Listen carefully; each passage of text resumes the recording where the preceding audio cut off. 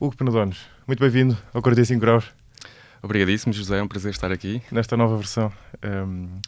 Tu, já agora isto não tem nada a ver com o tema de hoje, mas Penedones parece um apelido espanhol. É? Não, é português, mas é muito específico. Eu penso que só pessoas da minha família têm esse sobrenome e pode ter tido origem numa pequena aldeia em Trás-os-Montes de algum antecedente meu ter vivido lá, mas é um nome português. Engraçado. Dá jeito ser a tua família a única que tem esse apelido. É muito prático para as pesquisas na Google, não é? Só fácil de encontrar. É só escrever Penedones ou Penedones. Bom, olha, nós vamos falar de inteligência artificial na ciência, que é um tema que eu ainda não abordei diretamente aqui no podcast, embora já tenha falado muito de inteligência artificial, sendo que, na verdade, um dos enormes impactos que a inteligência artificial está a ter é precisamente na ciência, ou seja, nas descobertas científicas. Eu acho que, se calhar ainda não é muito conhecido, começou a ser conhecido este ano porque houve basicamente quase 2/3 prémios Nobel que foram para esta área, mas ainda é uma área que está a emergir, com a qual tu tiveste um contacto muito direto logo de início, na DeepMind e com o projeto do AlphaFold ligado às proteínas, já lá vamos, e que deu depois origem a um prémio Nobel, e agora na tua empresa na Indutiva. Mas antes disso, explica-me, e a quem está a ouvir, o que é exatamente inteligência artificial para a ciência e o que é que tem sido feito nesta área. Exatamente. Então, a inteligência artificial é uma área de investigação com tradição já bastante antiga, não é? Tem, se calhar, pelo menos 8 décadas já vem dos tempos do Alan Turing, ali na década de 1940, e inicialmente relacionava-se com a questão de será que conseguimos ter máquinas, computadores, que replicam algumas destas propriedades que os humanos e os animais também demonstram que, por enquanto, ainda não, sobretudo na altura, não se tinha conseguido replicar por máquinas. E essas capacidades são ligadas, por exemplo, à percepção visual, não é? Perceber o mundo à nossa volta, à apreciação, à compreensão do som e da linguagem, e também à capacidade motora, não é? De conseguirmos locomotora. Pronto, isso era o Holy Grail, não é? O grande objetivo da inteligência artificial, conseguir ter máquinas ou até robôs que estejam mais assim num espaço físico, que tenham essas características. Mas nós, como humanos, também usamos a nossa capacidade cognitiva para outros processos um bocadinho mais elaborados, como, por exemplo, fazer ciência, não é? Ou descobrir mais coisas sobre o mundo. Sim, um bocadinho mais elaborados. E então, agora, mais recentemente, começa a haver muito interesse em aplicar estes mesmos métodos de inteligência artificial, que inicialmente se calhar foram desenvolvidos, lá está, para fazer, sei lá, reconhecimento de objetos ou geração de fala, não é? Para problemas científicos. Por exemplo, o exemplo que mencionaste num projeto que eu trabalhei, que foi o AlphaFold, era um problema de biologia, ou seja, perceber qual era a estrutura das proteínas, ou seja, dada uma sequência de aminoácidos, conseguir prever a sua estrutura tridimensional, que é isto que vai determinar a função que esta proteína tem no corpo. Por exemplo, há proteínas especializadas no transporte de moléculas, por exemplo, a hemoglobina. Há proteínas especializadas que fazem parte do sistema imunitário, por exemplo, os anticorpos são proteínas, ou enzimas. Enzimas ajudam na catálise de novas reações químicas. Sim.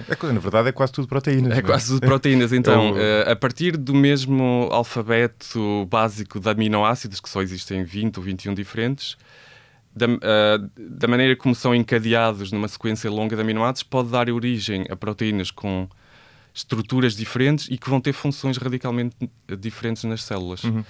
E isso desculpa interromper-te, isso é um tema engraçado porque pronto, as proteínas, como tu estavas a dizer, são quase a matéria-prima da vida complexa, não é? Ou seja, o nosso corpo, no fundo, quase todas as funções, ou todas as funções têm por base proteínas. E uma especificidade das proteínas, que eu acho que é relativamente pouco conhecida, quer dizer, por quem está fora do meio, é que elas são tridimensionais e a maneira como elas estão construídas, como elas se dobram, não é? Daí o nome AlphaFold, é fundamental para a função que elas têm. Não é? E o desafio que existia aí, se eu entendo, é que era tu conseguires, tu até aqui não conseguias prever, ou previas de uma maneira muito limitada, a estrutura que as proteínas tinham, conhecendo só os aminoácidos, portanto as moléculas complexas, estavam na sua base. Era isso, basicamente. Não é? Exatamente. Não se sabia à partida, a partir da sequência de aminoácidos, que podemos imaginar como sendo uma sequência de letras, prever qual seria a sua estrutura dimensional, ou seja, as coordenadas de todos os átomos envolvidos.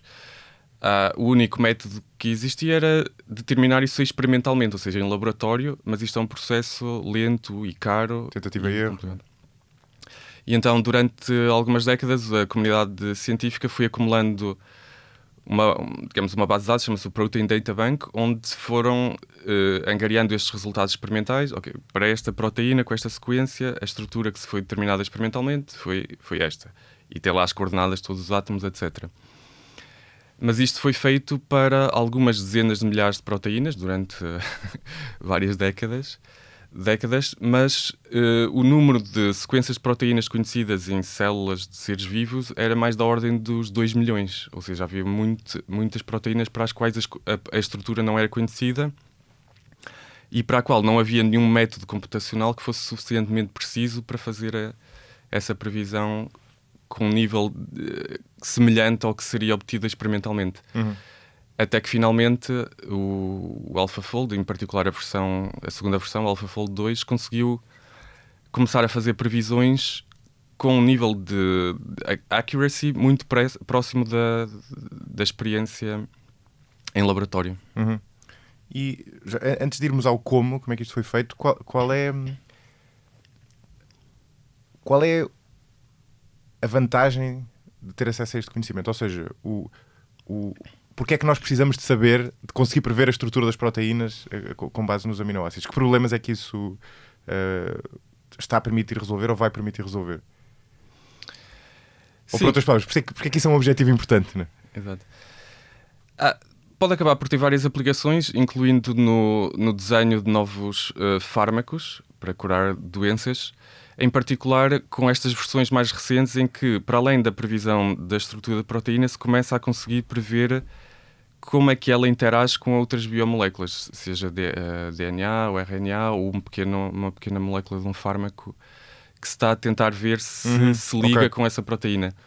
Ou seja, este AlphaFold 2 já foi bastante importante só para permitir que a comunidade científica, todos os biólogos, tenham acesso a isto e possam construir mais conhecimento por cima, mas em particular nas aplicações que podem ter relevância para a saúde humana, por exemplo, o desenho de novos fármacos, exige este passo ainda adicional de saber como é que elas interagem, ou seja, não é só aquela visão estática da estrutura, é ver como é que ela se liga com outras moléculas e como é que interagem. Sim, seja com outras moléculas do corpo, seja com átomos, com fármacos. Né? Sim, exatamente. E aliás, há uma série de doenças neurodegenerativas, por exemplo, que têm que ver precisamente com a acumulação de determinado tipo de proteína numa zona do cérebro. Eu presumo que seja fundamental tu perceberes exatamente como é que são essas proteínas e como é que elas interagem depois com tratamentos potenciais, né? Basicamente. Sim, exatamente.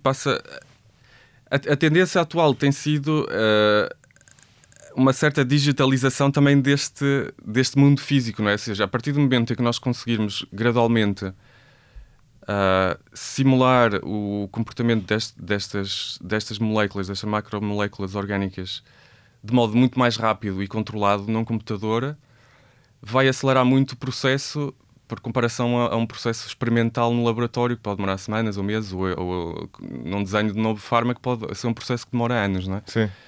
Agora começa a haver muitas empresas de o que eles chamam AI Drug Design, em que tentam acelerar este processo por terem métodos computacionais que conseguem ser suficientemente precisos e eficientes e rápidos para evitar parte do esforço que se faria em nível no laboratório. Sim.